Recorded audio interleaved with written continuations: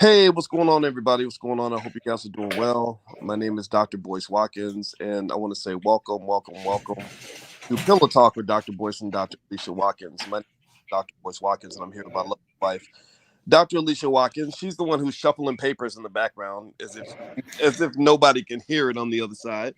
How you doing today, babe? Okay, you know what? You're wrong for that. I'm doing okay. How are you doing?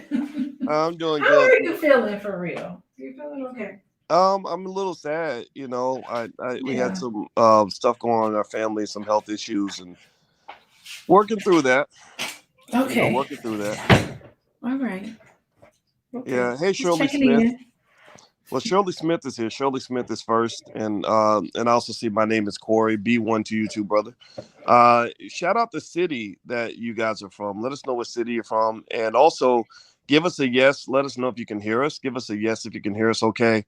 I'm actually out of town, and excuse me, and my wife and I decided to connect through this app that we have, and hopefully it's coming through okay. Thank you, Rachel Hall and Oakland Sister Native, and MBest12 says listening to you from Japan. Look at that! How cool is that?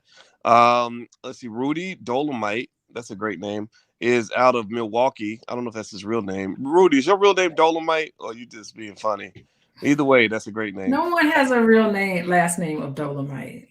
That's I true. don't That is think so so. true. I'm so ignorant for even thinking that that's a No, possibility. I did. Well, let's not say you're ignorant. I wouldn't say that much. I wouldn't go or that far. or maybe his name is like Dolomiti or something. Maybe I was messing up his name. Yeah, it's Italian or something. Anyway, Alton Perkins II from Chandler, Arizona. Veronica Burrows, I see you. Kurt Chriselle, Chriselle's out of L.A. I see New Mexico. Gerald Rogers, good to see you. Mitzi, how you doing? Okay, so as we get ready for the All Black National Convention, which happens next week, we're super excited. We're going to be in Charlotte. If you don't know about the convention, you can go take a look. It's the biggest gathering in the world of B1 people from around the planet. We have 50 experts from all walks of life that are coming together to solve problems, every area from stock market investing to relationships. We got therapists, we got millionaires, we have all kinds of people that you can learn from. So if you'd like to join us in Charlotte, it's not too late. Just go to allblacknationalconvention.com. Okay, so babe, you brought a topic to me today about a guy that everybody knows. Give me a yes in the chat if you know who this guy is. I'm gonna put his picture on the screen. Mr. Floyd Mayweather Jr. Now, Floyd made some interesting remarks about marriage. Did you want to kind of brief us on some of what Floyd said and what you were thinking? Yeah, well, someone brought it to my attention that the very day that I put a post up on Instagram about marriage, a particular topic about if you want to be married, here's what you need to do. You know how my Instagram is. That's my job is to promote healthy relationships. And if anybody wants to get married, it's up to you. If you want to get married, I can help show you the way, right? So the same day I put up my post, I noticed someone sent this to me that Floyd Mayweather the same day put this post up about marriage. And I thought it was really interesting. It's almost like it's out of his control. He has no control that, relationships are just the way they are. And he thinks that he's not married because he just doesn't believe that he can trust anybody but himself. So I thought that Mm. was interesting and I brought it to your attention. Okay, well, I'll read the quote to everybody. Yeah. And you can see it on the screen. He says, "Everybody always asks me, when am I getting married or why am I not married? I'm not married for the same reason the divorce rate is so high. The only person I will truly trust is myself. Therefore, it eliminates disappointment." What are you hearing there when you see a statement like that, Alicia? I see so much sadness. It's really interesting because it seems now I don't know much about Floyd Mayweather Jr., but I do know that he's like this real flashy boxer. Okay, and he Mm-hmm. has everything that you can even ask for. He has like all this money, and I believe the last time I saw like pictures of him, he was like super materialistic. He had this Gucci down, Gucci from head to toe, spending like a ridiculous amount of money. And it's just amazing how much money boxers make. It just blows my mind. And he has like fame, he has all this money, but he just comes across to me in that post as somebody who is extremely lonely and probably seems to be really sad when I read that post. That's what I see. Mm. Yeah. Well, you know, he calls himself Or Money I could May. be wrong. Well, he calls himself Money Mayweather, and everything about his brand is very flashy. And you'll see him on Instagram posing with Rolex watches and money stacked to the ceiling, stuff like that.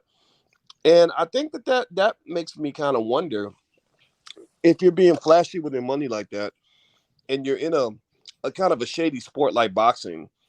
What type of women are you going to attract? What types of experiences are you going to end up having? If you're in that space, so, for example, if a woman is always showing her body parts, and she's leading booty first or titties first or whatever it is, what types of men are going to come into her life and come into her space? It probably won't be men who are going to be looking for those deeper sides of her. They're gonna, if you advertise in the breast and the wing, then people are gonna show up and say, "I'd like to order the breast and the wing." Do you think that maybe that flashiness, that whole Money Mayweather persona, maybe sometimes taints the dating pool a little bit in terms of the types of people that end up in your life in the first place? So, what do you mean when you say taints the dating pool? Like, I really do think that even in the whole flashy lifestyle of Floyd Mayweather, I think that he could find real true love in the midst of the booties and the boobs. I think he can probably find it in there, but it would have to be up to him whether he can get his mind in the right direction or mindset in the right direction to find that. It's Mm. there. It's probably a whole bunch of different types of people that he's around every day, especially when he's out and about. It doesn't have to be that flashy side. But you know what? Just because you are um, flashy, and just because there are a lot of women who want to look glamorous, I call it the glamorous looking women. I still think that there's still a part of them that still wants to be seen and noticed by their brain. What do you think? Um, I think so, but I think at the same time, like, part of the reason I'm not flashy, even when I was single, I wasn't flashy. It's because I didn't want to attract the wrong kinds of people. I didn't want to tempt some Mm. woman to, want to, to be tempted to manipulate me or only want to be around me because I had money or whatever. And I think that's the thing. I think that, if I'm putting stuff in front of you that I know you need, like, you're broke, you need money, and I'm flashing money at you constantly, then I think unfortunately, I believe in some cases that brings out the worst in people. That will make some people say, "Gosh, I really don't like this person, but but this person could solve all my financial problems, right?" And so that's why I really think that the idea of being flashy with money, it's not beneficial in general, because I think it makes you a big target. People want to rob you, they want to scam you, they want to sue you, they want to manipulate you. They come with every sob Absolutely. story. So I personally think that that's a huge burden to carry. Like, I wouldn't want to have the name Money Watkins. I didn't even like it.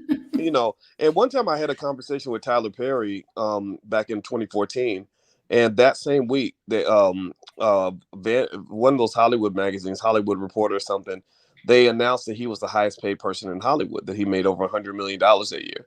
And I said, "Man, how does it feel to to be listed as the highest paid person in Hollywood?" He said, "Man, I hate it." He said, "Because now everybody knows how much money I make, and they don't Hmm. understand how many problems I have to solve." He said, "They don't know that I paid Alan Payne $2.3 million. They don't know, all the people that are asking me for money." And he said, "Nobody wants their income to be put in a magazine." So the decision to be flashy, I just don't think it's a smart one. I think it just kind of makes your life hard and complicated. Yeah, but he wears it well. I mean, and I think, when I was reading about his life and he spoke about like living in a one bedroom apartment, I believe, with seven other people. Like I don't even Are know you talking what about when he that's. was a kid? You're talking about when he was a kid. Yeah, early on in his life, like that was his early, memory of being like poor. He said there was no electricity at some point in his life. So, I mean, it makes sense that, I mean, that makes you feel terrible. You feel awful, and it's like a little kid dreaming one day I'm going to be I'm going to make some money and get out of this. And so, that makes sense that he would be very flashy because he's compensating, for what he totally feels like he missed out on when he was little.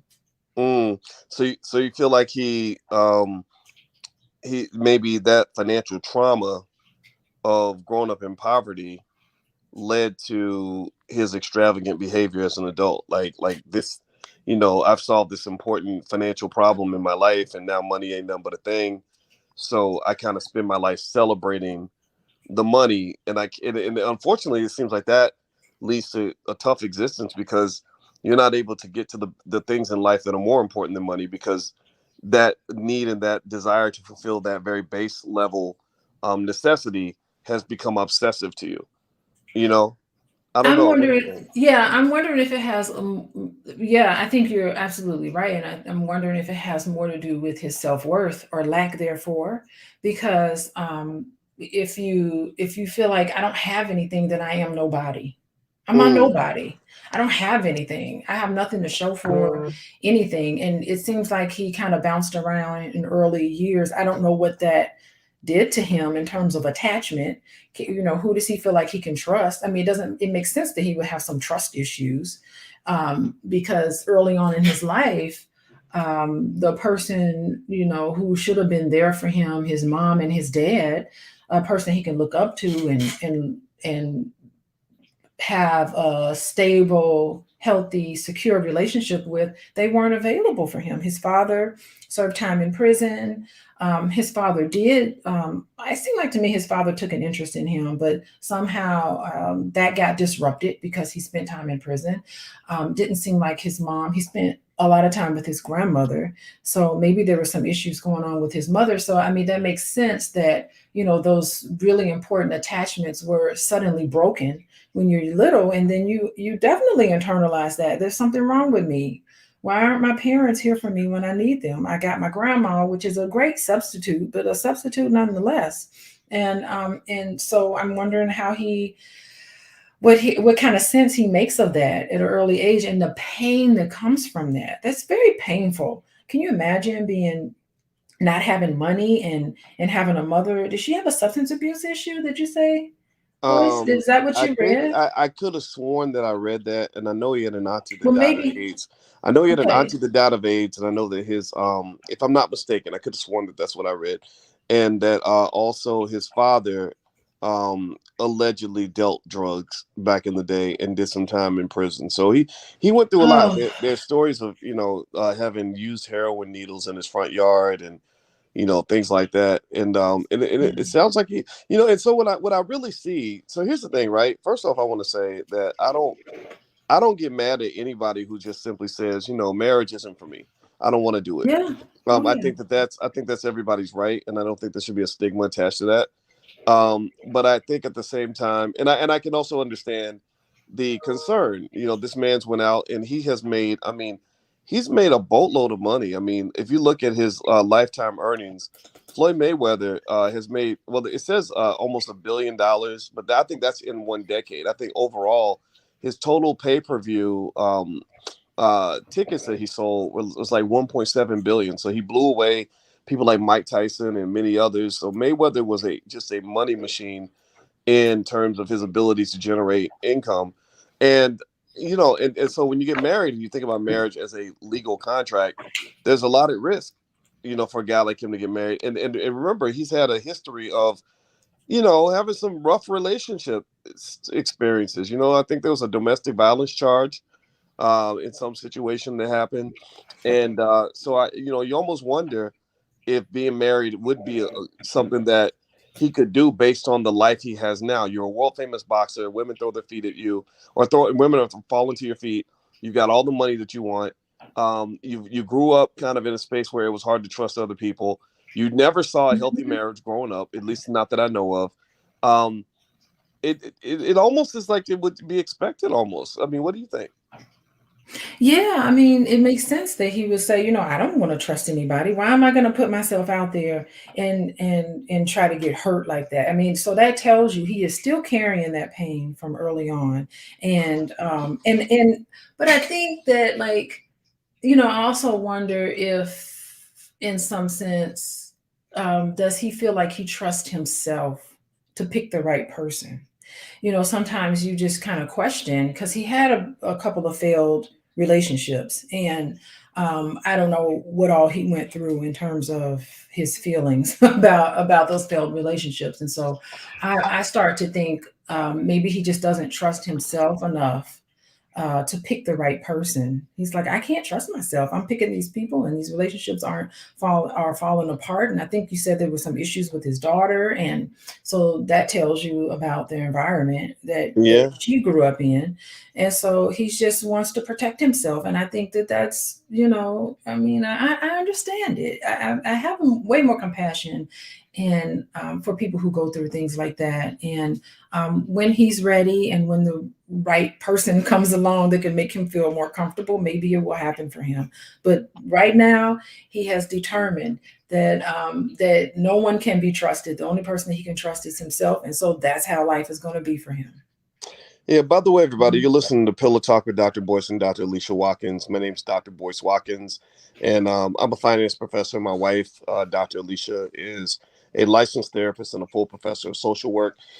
She's also a certified clinical trauma professional, and so she sees clients on a regular basis. If you're interested in what she does and you want to look into the therapy she does for individuals and families and couples, feel free to go to coaching with dralicia.com. That URL's on the screen.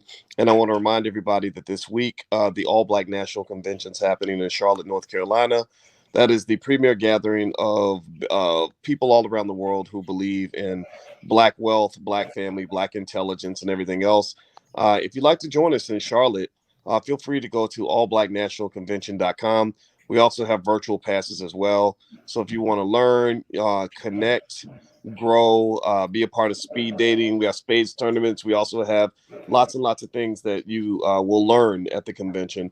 Feel free to go to allblacknationalconvention.com.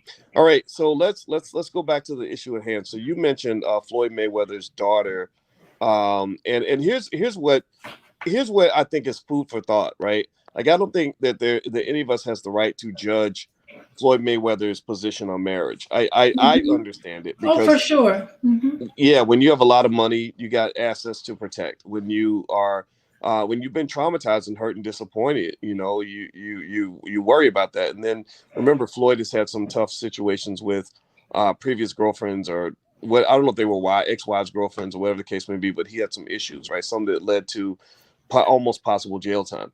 So here's what I want to throw out there, though, right? So we need critical thinking is in the chat. He says this is pre-recorded, right? I don't know if I just read your statement. I guess it's not pre-recorded. But anyway, Floyd has a daughter. His beautiful daughter. Her name is I believe Yaya Mayweather, if I'm not mistaken. And little Miss Mayweather has had some interesting experiences with a guy she either used to date, or is currently dating. I don't know, a rapper by the name of NBA YoungBoy. Now, I don't know if y'all know. Give me a yes in the chat if you know about either Yaya or NBA YoungBoy. Well, NBA YoungBoy, we happen to have talked. I was explaining to my wife who he was and who she was earlier, and we had actually talked about him not too long ago because he's a young rapper that has 10 kids at the age of 22. And I want to say maybe 9 mothers, 8 or 9 mothers, maybe 10 mothers, 10 kids, which is just, I mean, that's a heck of a responsibility to take on at the age of 22. Maybe he can handle it, maybe he can't. But I do know the situation got out of control because apparently Yaya got upset. It had to do with a girl. He had one of his other girlfriends or kids' mothers around or something, and apparently they got into it. And Yaya ended up getting arrested for stabbing this woman, and she ended up pleading guilty. She got a suspended sentence, etc. Now, here's what I'm throwing out there to consider. I'm not here to tell Floyd that he has to get married. Marriage is hard. It takes a lot of work. There are trade offs and sacrifices for sure. I think that the way you make your choices as a 50-year-old or 45-year-old should be different than the way you make your choices as a 25-year-old. So as you get older, you start to realize that there are some things about the security of marriage that can be beneficial. Like my parents just did 48 years. and my mother and father take very good care of each other, and believe me, they need each other, right? So I say this to say that when we have scenarios where our families are kind of divided and scattered, and again, I think that drugs did a lot to really ruin a lot of black families, incarceration, violence, all these things. Our children pay the price. Our children pay the price. And when I think about Yaya and Yaya's interesting decision to stab another woman over a situation involving a guy, um, I wonder how much of these generational curses and this trauma that her father experienced has trickled down to the child. You know, like children from regular normal families don't get arrested for stabbing another girl over her boyfriend. Typically, this might occur if you have been traumatized, or maybe you didn't get the guidance that you needed, etc. So she had all the money in the world, but clearly I get a sense that maybe there was something missing, and that maybe the child sometimes can pay a price for what we do as adults. Like, we don't, like, okay, I don't want to be with your mama. Your mama ain't nothing. You look at 50 Cent. Remember, we were talking about 50 Cent and his son. 50 Cent has all the money in the world. 50 Cent was buddies with Floyd Mayweather. They had many experiences with many, many, many women. And you look at Yaya and 50 Cent's son, both of these kids are, like a prince and a princess, so to speak. Both of their daddies are these big, wealthy kings, but neither one of these kids seems to be doing well. And that seems to be what can happen. And I would like for you to take over on this part of the conversation, babe. But that seems to be what can happen when we think so much about the money that we forget about, the values and what we're passing on to our kids that has nothing to do with the money.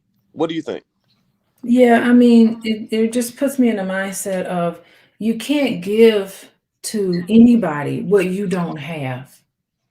You can't give security and love and comfort and a holding space of which your children can grow and thrive. You can't give them that if you've never received it.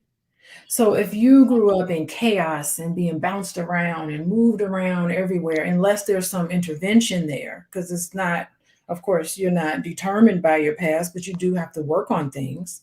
So if you don't have that within you, how are you going to give it to a child? It's just, it isn't going to happen, and it will keep happening, and her children will experience those same things, and then their children will experience those same things. I mean, that's how all of that trauma gets passed down from generation to the next generation until somebody wakes up one day and says enough is enough. If Floyd Mayweather were to wake up one day and say, you know what, I think I've had enough of this. I really want to be able to settle down. I know that love is possible, and it's going to have to be something in him. He's going to have to decide it's time for me to grow. And if anybody can take on a challenge, he should be able to do it, because I don't know how difficult it is to train and to box and to do all the things that he has accomplished in his life. If he's been able to accomplish that, he can also accomplish fixing his life in a way where he can have the love that he wants. He can be able to give that love to his children and grandchildren, and he can break the cycle. I'm having hope for him. Mm-hmm. Well, Mhm. I have hope for them too. And here's some pictures of Floyd Mayweather and his daughter. She's a beautiful young lady, and I can only imagine that there are a lot of privileges that come with being the daughter of Floyd Mayweather. I mean, they make an ungodly amount of money, so that's pretty cool. But I think the big thing that I'm thinking about is, and I'm an expert on money, and one of the biggest things I've learned about money is that the most valuable things in your life are things that money cannot buy. They're And free, absolutely free. yeah, and Yeah. I think that people who obsess over money and don't understand it and what the purpose is, they get so caught up in money. They think, okay, if I got money, all my questions are just, all my problems are gone. Like, any problem I had before, it's going to disappear if I get rich enough to make it go away. And that just ain't the way it works. I used to Mhm, think that when I mhm. didn't have no money. I was like, oh, if I just make a certain amount of money, I'm gonna live in heaven every day. And it ain't like that. You don't go to heaven. You still live on earth. You still have problems. And sometimes the money can get in the way of your ability to really see things, clearly. And so I kind of I don't know. I kind of feel bad for some of these poor celebrity kids who got these rich, busy daddies, and Yeah, you know what? As you're talking, we have to do an intervention with these celebrity families. wait, say it They're again. not. We need to do an intervention with these celebrity families. It's awful watching this because it's also public. It's just it's a literal cry for help here. You know what's happening with these celebrity families, um, and they're so successful in their careers, and they're at the top of their game in their areas of expertise, so to speak. But how empty do you feel when your own family can't even look up to you? You're not even there for the people Yeah, who mean something to you. It's really kind of crazy getting caught up into this. And it makes me wonder, like, and it's funny because I have a daughter who wants to be famous. She doesn't want to be famous. She just wants to be. She likes to be. She wants to be an actress. She wants to be a singer and a dancer, and she wants to. She loves the spotlight. And part of me is just wondering, okay, why do you love the spotlight? Like, am I not giving her enough attention at home? Like, is she reaching for the spotlight to fill up some need inside of her that I'm not providing, or her environment isn't providing? So I always have to like stay in tune with her, just to make sure that it's not a cry for help. Wanting to be famous. You always kind of wonder about it, because I kind of feel like Hollywood is just like I don't want to say that everybody who's a famous actress or whatever, but they all have like very interesting past, a lot of things that they had to overcome. So it just puts me in this mind of where I just wonder. Um, I'm concerned about whether some of these individuals are just getting lost in the fame. It's eating them mm, up. I don't know. Well, by the way, everybody, you're watching Pillow Talk with Dr. Boyce and Dr. Alicia Watkins. My name is Dr. Boyce Watkins, and this is my wife, Dr. Alicia Watkins. And we like to talk about topics, particularly those that relate to love and money. My PhD is in finance, hers is in relationships, or actually in social work, but she's an expert in relationships and therapy and things like that. We have a free book. I have a book that I wrote you can have for free. It's called Financial Lovemaking, and you can get a free copy by going to boyceandalicia.com. And Dr. Alicia put together a Black Love Challenge that you can do for free if you go to boyceandalicia.com. So feel free to do that. Take 1 second also, if you could, please hit the thumbs up button, thumbs up, thumbs up, thumbs up, share, subscribe. So let's find our closing thoughts here.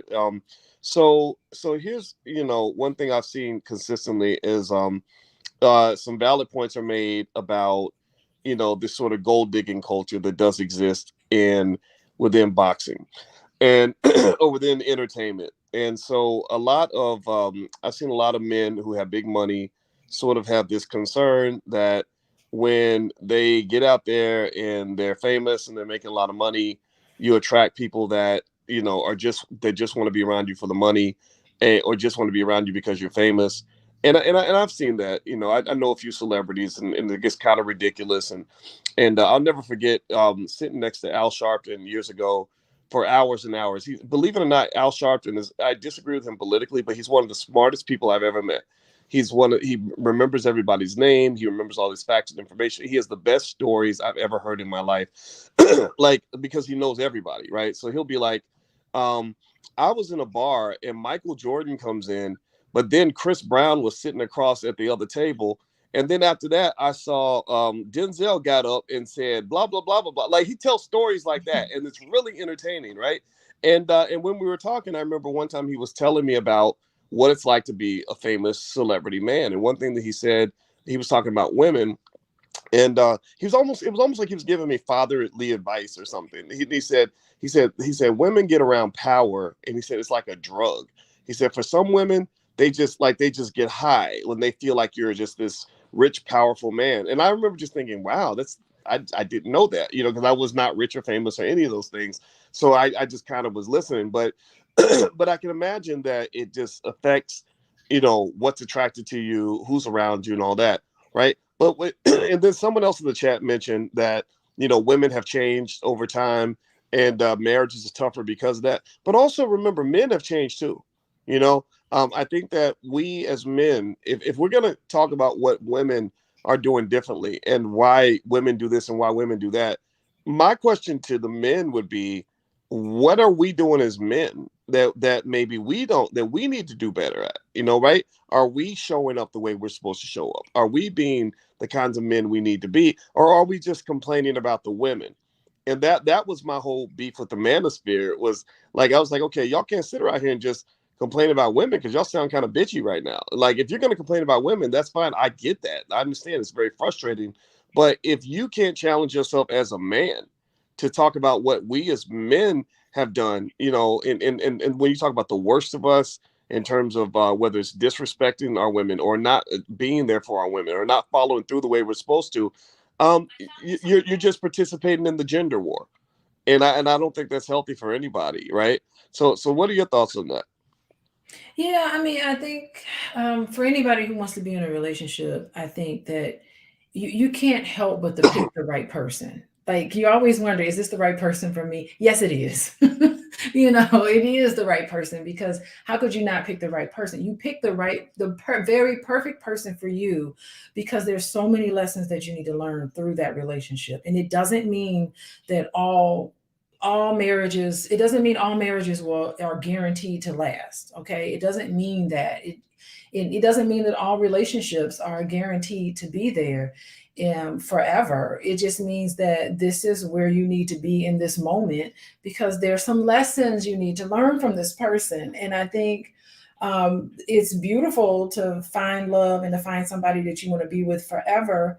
And you have to take a leap of faith that it will last forever. But I think you just have to know and be open and willing to grow. And sometimes that growth is going to take you to be courageous. If I were talking to Floyd Mayweather, it takes a lot of courage. It takes a lot of self-trust. It's going to take you to find somebody that you feel comfortable with, lowering your walls and your guard. I mean, he's a boxer. He's got to guard himself physically. So he's got to figure out a way, psychologically and emotionally, he's got his guard up. And if he can lower his guard a little bit and take that risk, he might find love for himself. You never Mm. know. And maybe the perfect person that will make him open up to this is somewhere right under his nose. Well, you Yeah. know what? I'm not a boxing expert by any stretch, but my friends who talk about Mayweather, they describe him as a great defensive boxer. That Okay. his fights are not flashy. He's not a guy. He's not like Mike Tyson where he's going to go knock somebody out in 20 seconds, but he's very good from a technical standpoint. Very good at kind of protecting himself in the ring, and I guess Mhm. that mindset maybe translates to protecting himself in life and being super strategic about not putting his wealth at risk in a marriage. And so I would definitely not fault him if he said, I'm gonna get married, but I'm gonna get a prenup. Like, Michael Jordan has more money than Mayweather. Michael Jordan's probably worth about $2 or $3 billion by now, and he got married. But based on Michael's history, I'm willing to bet you that Michael has a really airtight prenup. And they think about it, right? You marry a guy that's got hundreds of millions of dollars. Well, let's say that he says, "Look, if we do 5 years, I'll give you 10 million for your time." That ain't a terrible deal. You know, it's only terrible if you're watching his pockets. But I feel like that's if that's his money or if that's her money, like if a guy marries Oprah, and Oprah's been working 40 years to make her money, and she gives you 10 million and tells you have a nice life, that's okay. You didn't get screwed. So I think that what probably worries a guy like a Mayweather when it comes to marriage is he has had some tough run-ins with women, some tough situations. Um and I imagine that by keeping his distance, he's keeping himself emotionally safe, where he's less likely to end up in crazy scenarios. But I do think that there is a point of concern when you consider the fact that both he and his daughter have both been arrested for domestic violence incidents. That's not a coincidence. I think that's like father, like child. They're both fighters, and you ain't supposed to be fighting with the person you love. Yeah, and it's so interesting because as you were talking, I was sitting here thinking, wow, boxing is a solo sport. Like it's not a team sport. You're in that ring, it's just you. Mm, And nobody else is gonna come help you. You don't have a teammate that's gonna that's gonna help and help you get through it. It's just you alone in that ring and you're fighting. And I think that that is also parallel to his own personal life. He's probably living right now in some big fancy mansion all by himself, alone. He is fighting mm. this. He is living this road. He's living in this world alone, in this ring alone. He's in that house all by himself, and just me looking at that, it's a sad existence, but maybe he's having the time of his life, I don't know, but I think at times maybe it can get old. Yeah, yeah, Mhm. that's something that men have to think about. I still remember, I still remember, like even when Kevin Samuels was around, and guys were like, "Oh, I wouldn't get married. I don't want to take on that responsibility. I don't want to marry no single mom and all that." I was like, "Well, if you get old and you're telling women that they might die alone, well, you don't want to be a 50-something-year-old man who dies in the arms of some woman you don't even know, because she gonna just she gonna just dump you off at the nearest street corner and keep it moving. Whereas your wife, if you got that wife that you poured into and invested in her, and you got to pick the right person. You got to pick somebody that's got the right value system. But if you've been pouring into that wife for years, she's going to be the one that's going to show up at that hospital and make sure that you get what you need. And that was the one hole in the logic of or at least the biggest There gaping were hole. several holes in that logic, but I go there ahead. there there there, there were holes, and I think that men and women are gonna see it different, and I respect that, right? Mhm. But I think the big hole that I saw was, when with Kevin being in his 50s and being a smart guy like he was, I really wished that he could have given the advice from a 50-something-year-old perspective. Like I think when Floyd hits his 50s, he can't keep living his life as if he's 25, because then next thing you know, you keel over from a heart attack and you're laying with some lady who doesn't even know you, because you always want the young pretty thing, but she doesn't love you, she doesn't care about you, she's not going to be there for you, she doesn't want to be with some guy, some old man who had a stroke, who's sitting in the hospital and needs his butt wiped. But your wife will do that. And if you don't have a wife that thinks that way, then that means you might have picked the wrong woman. So that choice of a wife for a man is Mhm. a choice that I think should be really based on maturity, strategy, and intelligence. Like you cannot choose a wife the way you chose a jump off, because if you try to make a jump off into a wife, or turn a hoe into a housewife, so to speak, as they say, Oh it ain't. gosh, And I know that's bad. I know I'm quoting Willie D's words now, so let me stop. But that seriously, was like, Willie D many years ago. all right, Does he let me still stop there. believe That was that kind of mean. now? That was kind of mean. But seriously though, like when I picked you as my wife, um, you possess certain values that I looked at your family, I looked at your father, I looked at your mother, I looked at your culture, and because it's like it's so much deeper than just like who's the prettiest girl. It's like you gotta like really build a life with this person, and a wife has to have a lot of skill sets that aren't really cultivated as much as they used to be, you know. And I wish more young people would be taught this, and I don't think they get taught this because many of them don't even grow up in the household with someone who was ever selected as someone's wife, or someone who ever chose to be a husband. So if I grew up, or in a space where I never saw a man doing the work necessary to be a husband, I don't know if I'd want to be a husband. I'd be like, why would you want to do that? you know it's like when we ran our first marathon. I no one in my family ever runs marathons. So when I ran that marathon, I was like, why would anybody want to run 26 miles? That's torture. But if I'd grown up But in a you family, did it. I But did you it did because, it. well, I did it. I And did it. I did mhm, it because I was trying to change the culture. I was trying to change um, right. who I was, Mhm. from where how I was raised. I was raised in an environment where nobody in their right mind would try to run 26 miles.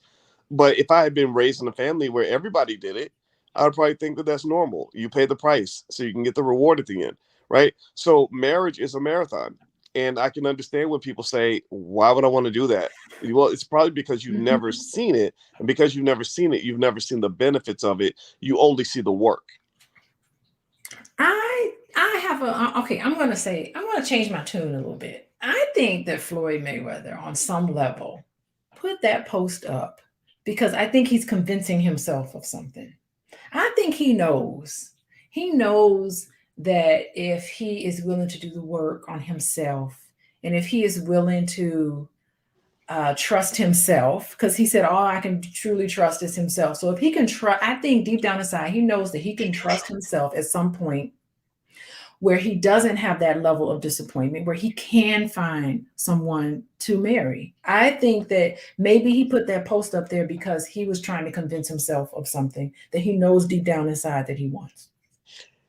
Well, maybe you're I think right. it's a cry for help. I think he really wants it. And if there's any way to eliminate, what did he say? Therefore, it eliminates disappointment. And what else? Was there something else under that? No, I think you just said disappointment, but yeah, Yeah, disappointment. okay. I have nothing against people who are married. So he understands that some people do have this. He has to understand, he has to be able to see that, wow, there are some people that are actually married to each other and really love each other, right? He said, I understand that this is for someone, but it's just not for me. So it's like he's flawed. I'm wondering if he's looking at himself and he's thinking, okay, there's something wrong with me. I am going to be headed to disappointment, but other people who are married aren't. So he's comparing his life to the life of somebody else who was married. What else did it say there? Um, I'm totally not getting. I'm getting a completely different interpretation for what you're getting are at. you really? But it said something else. I can't read it because Well, maybe well, I go on my here's what it phone. said. I'm gonna read it to you, and then I'm Oh gonna tell yeah, you. yeah. Read it to Well, me. and I'm He gonna said, tell you "These are what my I'm hearing. personal beliefs. What are your thoughts on marriage?" Okay, so he's saying, "I personally believe that I can only trust myself. I can't trust anybody outside of myself. But there are people who are able to trust." And I think he sees that around him. I think he's tuned in to anybody. If he really is connected to just if he's connected, I think he's connected to people who are genuinely in love with each other, who have a great marriage, and that is possible to have a great marriage. And many famous people do have great marriages, by the way. So I think he sees that and he's reflecting on it, and he's saying, you know what? I don't know if it's the right thing for me. And I don't know who told him the divorce rate is high because the divorce rate is not high. That's a myth. I don't But know. anyway, I won't go Let's into ask the that. audience. Let me ask everybody in the audience. It's a Is myth. it So if it's a right? Well, myth, that no, means no. everybody Well, thinks wait a it's minute. Wait, true. hold on. Wait, hold on, babe. Don't tell it. Don't say it's a myth. I want to ask everybody in the chat. Do you think that the Mhm. divorce rate is high or low, or neither? Give me yes or no. What do you think? Or high, low, or like middle? Well, how about that? What do y'all think? High, low, or middle? Do you think divorce rate in America is high?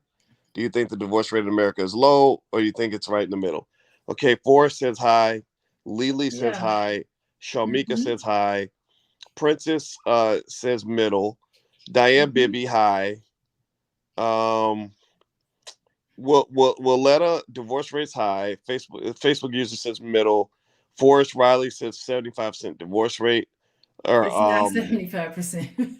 Yeah. Steven says it's So, high, close to 50%. So where do you get this idea, babe? Like, what research do you have that says the divorce rate is low? oh, don't have me conjure up research right now, but I have seen several studies, and maybe we can do another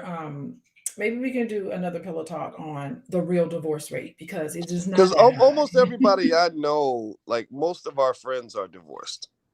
Like a lot of the, I don't know a lot of people around Mhm. us that are like happily married. So I'm not saying that you're not right. I'm just Um, saying, are you sure that it's not like wishful thinking that, because you're a big advocate for marriage, maybe you see it in a more no, no, I'm not optimistic an light? advocate. I'm not. I'm speaking facts. I don't have it the reference in front of me, but people can look it up. The marriage rate is not 50%. People think it's 50%. It's not.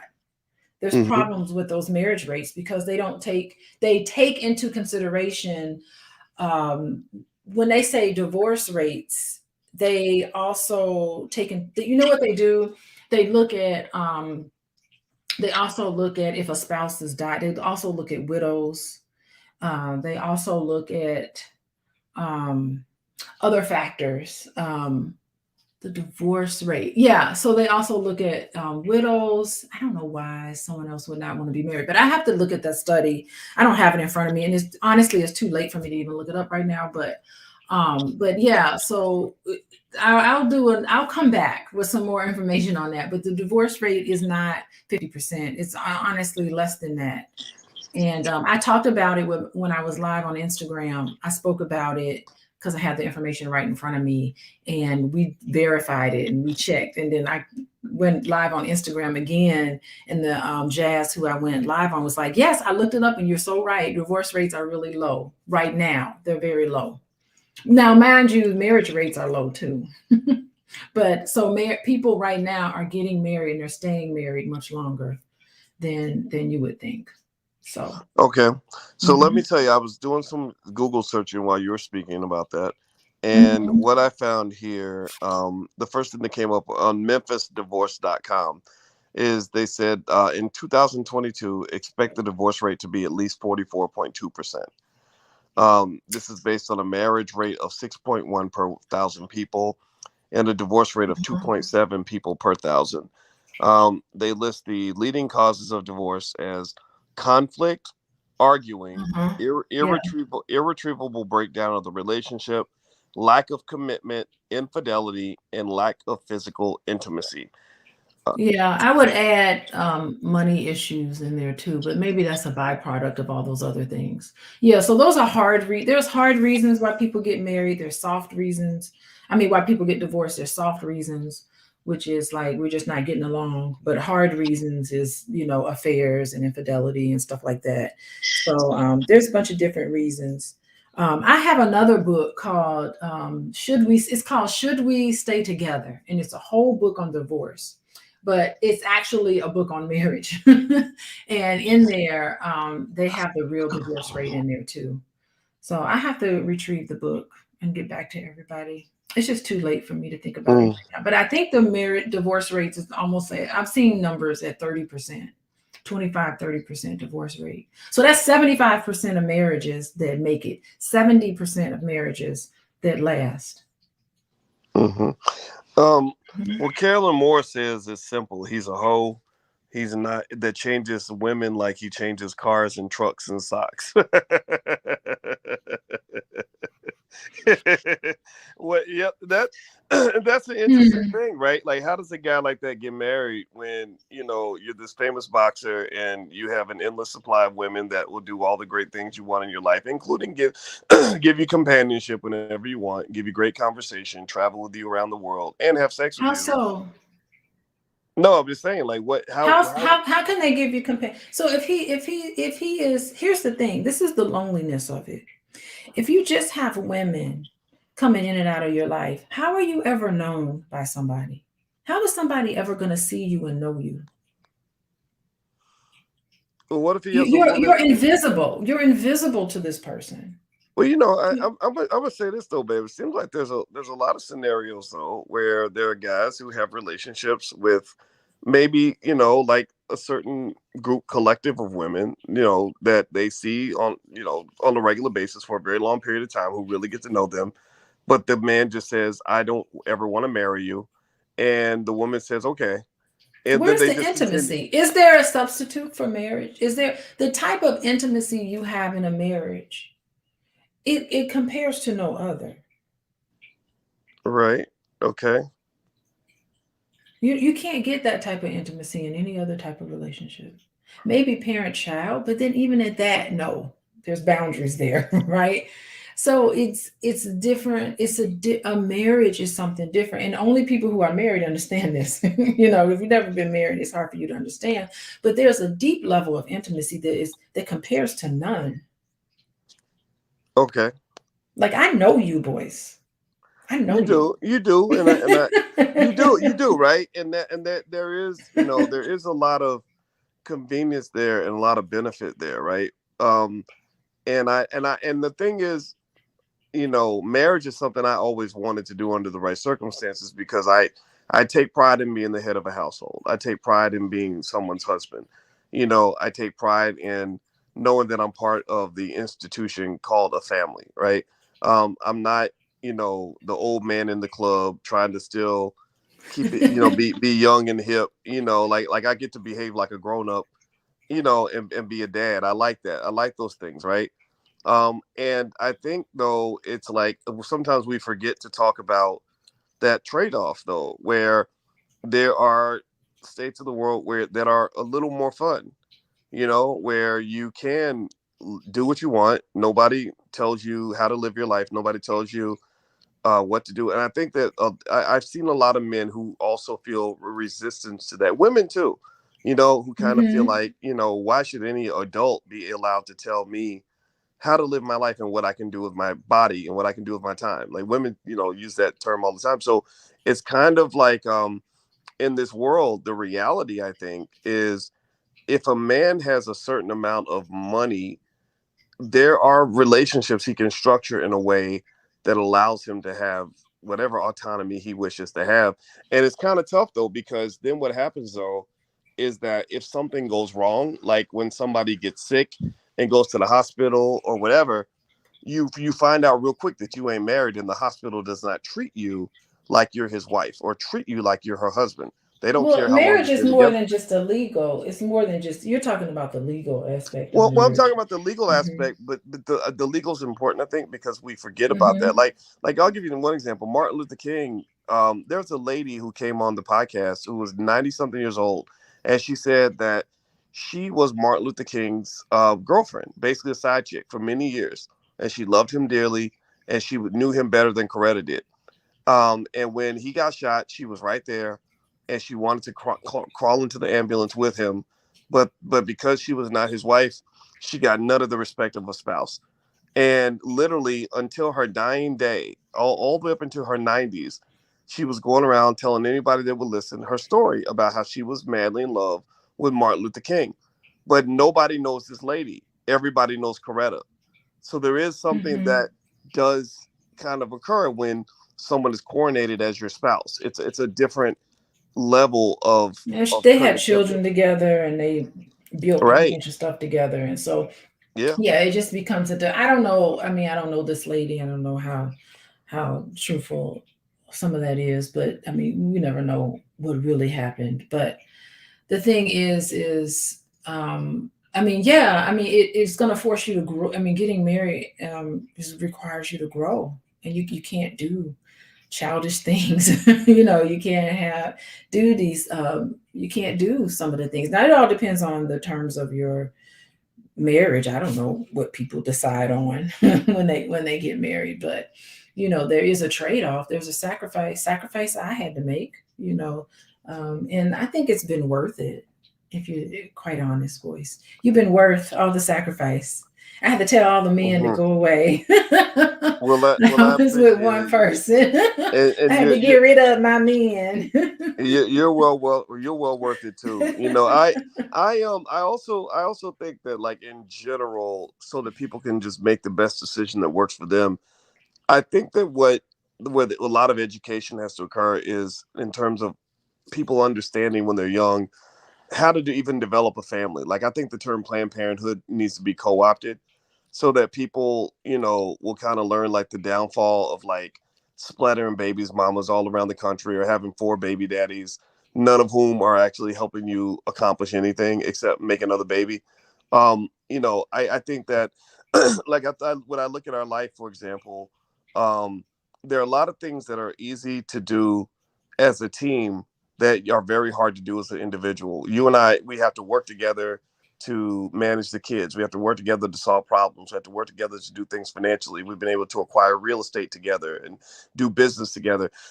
And I think a lot of people kind of miss that, because they're only thinking about the hard work that comes with marriage because it is work, right? You have to compromise with somebody, but marriage is really, it definitely really is an institution, right? Family is an institution, Hmm. and Black people lost that institution. That's why our wealth pretty much plummeted down to nothing, because you can't build wealth as a bunch of single parents. You can't build wealth if you're not having some sort of intergenerational transfer of resources. Most cultures around the world understand. The Jewish community understands this very well. That's why, our entertainers are so mad at people in the Jewish community, because they own everything, they control everything. Well, why do they do that? Because their families are thinking about wealth from the time their children are born, and that, is something that we have to really confront and be honest about, right? So, I think overall, it's like, I think that all the conversations about family and relationships and all that should be open, but I think that as men, I challenge men to make sure you're able to have a mature conversation about relationships, and not one that's just based on how much sex you can get. Because I do believe, that we don't talk about the fact that you get to your 40s or your 50s, and then things start to matter more than just getting another piece of ass. You Yeah, got. and by the way, for men in particular, married men have way better sex than single men or and cohabitating men. By the way, that's a fact. Okay, well, all So I right. just want to say that. So it's not like you're really giving up anything. You're really gaining that level of intimacy where you really know somebody in that way. Well, I think you can say that, right? And I think That's what it's they it's say. I get it, right? But I really think it's more so. I don't think it's a matter of you or I saying, "Oh yeah, marriage, you're gaining. Your life is better." I think if people don't really internally realize that, they're not going to see Hmm. it, right? So I think it's like me hearing a woman say, "Oh yeah, marriage is so much better than being single." When I was single, I didn't care. I didn't. You couldn't convince me that marriage was better. I had to learn that for myself. I had to find the right situation, the right person, the right time in my life where I was willing to make that trade-off, because I was really happy as a single person. I don't care. You could tell me I wasn't. No, you weren't happy. You just thought you were happy. No, I was really happy because I've been happy my whole life. Period. Right? So, Okay. because I dealt with depression as a teenager, and I was very intentional about finding things that made me happy. If it didn't make me happy, I walked away from it. So ultimately, Hmm. the choice for me to get married was really something where things had to kind of fit in the right way. And I think women can learn from that too, because sometimes you'll think a man didn't marry you because there's something wrong with you, when really it may not, there may not be anything wrong with you. There may not even be anything wrong with him. It just might be literally the wrong time, or you might just be the wrong person. Not that Hmm. you're a bad person. You're just not the one. So for example, I picked one woman to marry, but there were other women that I knew through my life that I'm sure would make great wives for somebody, just not me. You know, and I Oh and I no, were they like, how come you didn't marry me, boys? well, I did have conversations like that. I had a conversation Hmm. one time, years before I even chose to get married, with a lady that I dated, a few many years ago. Like, I'm talking about in my 20s, and she was getting married, and she called me to tell me about it, and she told me she was engaged. I was like, oh wow, that's great, congratulations. And then somehow she asked me, she just said, why wasn't I enough? Why wasn't I enough to be your wife? And I said, Oh, and I just explained, I said, you were perfect. You were awesome. I just didn't want to be anybody's husband. And I don't know okay. why people don't get that. I don't know if it's maybe because we're trained to take things personally, but sometimes it ain't something to take personal.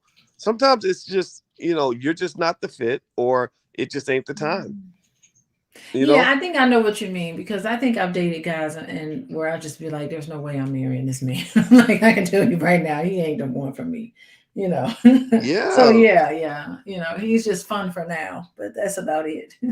Yeah, Yeah. yeah, yeah. Hmm.